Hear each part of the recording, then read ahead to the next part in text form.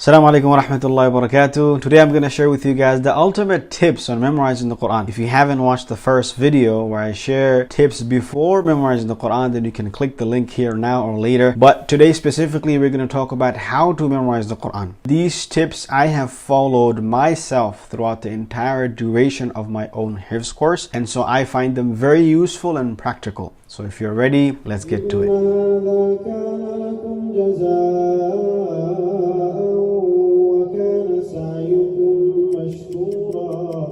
Tip number one, and this is very common sense and you will hear this a lot, is to use the same print, same version that's from the same publication. This is a famous 15-line Hifz Qur'an. It's famous because it has 20 pages on every juz. They start from the beginning of a verse and they finish in the end of a verse. So it's very practical, it's very reasonable, it makes sense for people to use this mushaf to memorize. Because you need to have a photographic memory or a map of where you're reading. Now if you keep on switching the mushaf from one print to another print, you're going to lose, or you're not going to have a map of what you're memorizing. Tip number two is record your progress, whether it's on a card, whether it's in a pamphlet, whether it's in a book. Record it. Whatever you give to your teacher that specific day, the sabak you give, the previous lessons you give, the current juz you give, record all of that. Record the amount of mistakes you make, the amount of time you got stuck and your teacher had to tell you. Record all of that stuff so you can see your progress, you can see how you're performing, and that will motivate you and push you to do better and better. Tip number three is to find best time and place. Now the best time can be whenever your mind is fresh. It could be after Fajr or after lunch or afternoon, wherever it is that you think you are rejuvenated and you are fresh. Now our teachers usually tell us to memorize after Maghrib, and the reason is because after a whole long day, maybe in the afternoon you have some recess, you go and play some sports, or maybe you take a nap, and then after Maghrib you are kind of refreshed, you have some newfound energy, rejuvenated, and so this time would be a good time to start memorizing. Your mind is fresh. And now another thing is that in order for you to make sure that something was stored in your permanent memory, you need to be able to recall it after some time. Now if you memorize in the morning and you give it to your teacher an hour later, it's still fresh and you haven't given some time for your brain to absorb that. When you have something memorized fresh and you give it, you're not that confident with it. Opposed to something you memorized yesterday and you're giving it the next day, you spent some time on it, you slept on it,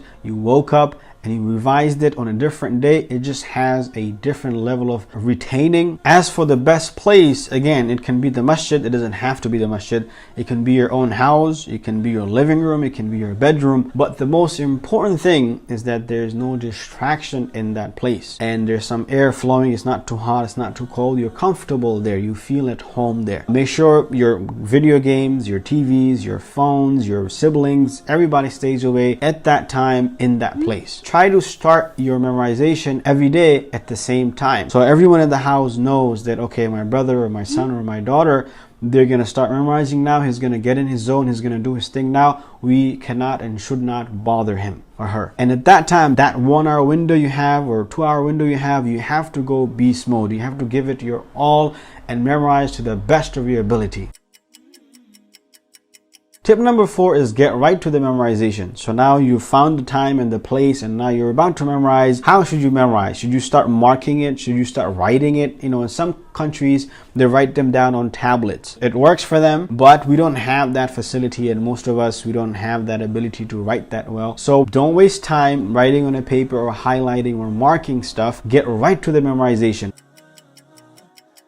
Alright, tip number five, the memorization method. Different people have different memorization method as to how they memorize, but this is the tip my father gave me, who's also a Hafiz. He told me this tip before I started memorizing. He said that when you start to memorize, so you're going to read the first verse, for example, وَهُدُوا إِلَى الطَّيِّبِ مِنَ الْقَوْلِ وَهُدُوا إِلَى صِرَاطِ الْحَمِيدِ. You start memorizing this, repeat it however many times you need to repeat it, memorize it. Once it's stored in your memory, then go to the next verse. Memorize the next verse and then come back to the first verse and then read both both of the verses together. After that, go to the third verse. When you're done with the third verse, then go back to the first verse and read all three together. Just like that until you come to all the way at the end of the page. So when you come to the end of the page, you should be able to read the whole page from your memory. Whatever method you like, stick to that one method. And over time, your brain will get used to it. And you will be able to optimize that one specific method that you are comfortable with.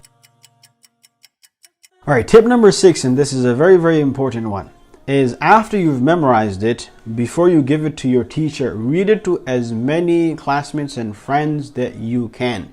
Read it to one person. If you have a mistake, mark it down, go back and fix it.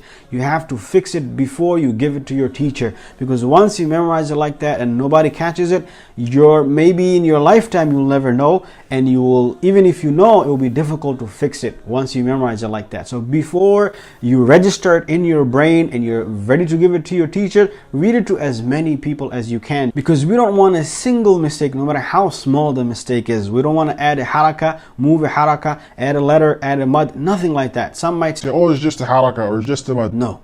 Everything is part of the Qur'an, is the speech of Allah. We cannot add or delete or omit anything, even if it's a haraka. This is a personal story of mine where I was reading to one of my friends before I was giving to the teacher. I was reading batil with a lam, and I was calling Allah batil wal iyadhu billah. At that time, we didn't even know the meanings or anything, but it was such a huge mistake. To this day, I still remember that friend, and I thank Allah that I was able to read to him and he caught that mistake. So it's very important that you read to someone or several people before you give it to the teacher. Alright, tip number 7, maintenance. You have memorized the juz. Every single day you should be reading that juz to your teacher, the juz that you're memorizing. After you're done with that, then you have to give one juz from your previous memorization that you have done. Every day you do one juz, you read it to your teacher. So in the beginning you can read one juz from your previous memorization, and then as your memorization bank grows, you should be adding to that juz and a half. In the end, you should be giving 2 juz every single day to your teacher, and you shouldn't have too many mistakes in those. Maybe max 2 mistakes as in your teacher has to tell you. That's a mistake. You should only give yourself 2 chances like that. If you have more than that, then you have to repeat the juz, and after you're done with the juz, you should give a test on that juz to a teacher or someone who is very strict, who will test you from beginning to end of that juz. Make that juz very, very strong. Alright, tip number 8 is mutashabihat. Know your mutashabihat well. And hufaz, you know there are so many similar verses in the Qur'an. If you're not focused, if you don't know where you're reading, if you don't follow along where you are, you can easily drift off. So my teacher used to tell me that imagine these mutashabihat as like you're driving on the highway. In England, I think you guys call it motorway or something. Motorway, I don't know what you guys call it. But anyways, think like you are driving on a highway or a motorway. And then when you see an exit, you have to be very careful that you take the right exit. You don't take the wrong exit, because then you end up somewhere else, or you have to come around and waste your time. So just like that, when you're reading mutashabiyat, for example, وَلَا يَحُضُّ عَلَىٰ طَعَامِ الْمِسْكِينِ فَلَيْسَ لَهُ الْيَوْمَ هَاهُنَا حَمِيمٌ is one exit. The other exit is وَلَا يَحُضُّ عَلَىٰ طَعَامِ الْمِسْكِينِ فَوَيْلٌ لِلْمُصَلِّينَ. So you got to be careful you don't take the wrong exit. The way we used to make sure that we know our mutashabihat well, we used to write them down in our Qur'an. Tip number 9. So let's say you followed all of these tips and you memorized the Qur'an well. Now once you're done with memorizing the Qur'an, there's something called Dawr of the Qur'an, where you sit back for 5-6 months, even 1 year, depending on how old you are and how much time you have. And that whole year or that whole 6 months, you should be repeating the Qur'an as much as possible. Every single day, give 2 to 3 juz to your teacher.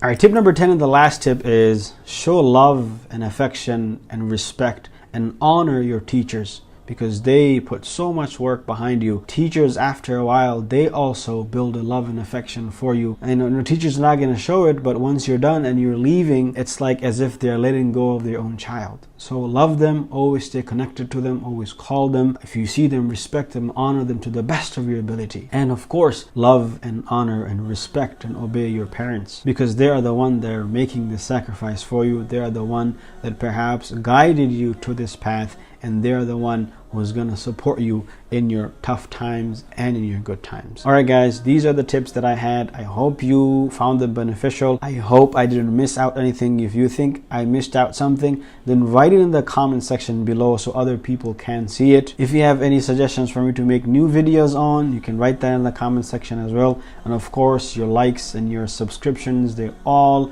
mean so much to me. I always appreciate any feedbacks you guys give me. I want to improve this and I want to make this better. Until next time, wassalamu alaikum wa rahmatullahi ta'ala wa barakatuh.